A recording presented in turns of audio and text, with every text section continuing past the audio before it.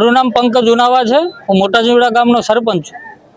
બગદાણા સ્થિત જે નવનીતભાઈ બાળદિયા ઉપર જે અસામાજિક તત્વો દ્વારા જે હુમલો કરવામાં આવ્યો એમાં અમારા સમસ્ત કોળી સમાજ જે સાવરકુંડલા અને તાલુકા શહેર આ બધા જ અહીંયા ઉપસ્થિત થયા છે અને અમારી માંગણી છે અને આ જે ઘટના બની છે અમે સખ્ત શબ્દોમાં વખોડીએ છીએ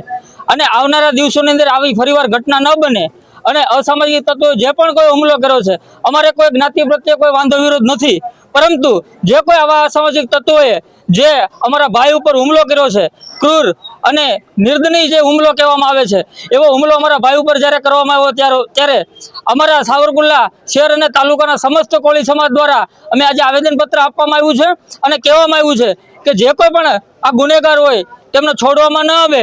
અને કાયદાકીય રીતે જે કોઈ BNS ની કલમ 109, 61 અને 324 મુજબ જે કોઈ ગુના નોંધવામાં આવતો હોય તે વહેલામાં વહેલી તકે નોંધવામાં આવે એવી અમારી સમસ્ત કોળી સમાજની માંગણી છે। અને જો આવનારા દિવસોની અંદર યોગ્ય ન્યાયિક તપાસ નહીં કરવામાં આવે તો અમારા સાવરકુંડલાના આ સ્થાન ઉપરથી અમે આહવાન કરીએ છીએ કે આવનારા દિવસોની અંદર જ્વલંતમાં જ્વલંત અને ઉગ્રમાં ઉગ્રનું આંદોલન અમે સાવરકુંડલામાંથી કરીશું। એ સરકારને અમે ચીમકી કે ચેતવણી કે વિનંતી જો સમજવું તો સમજે।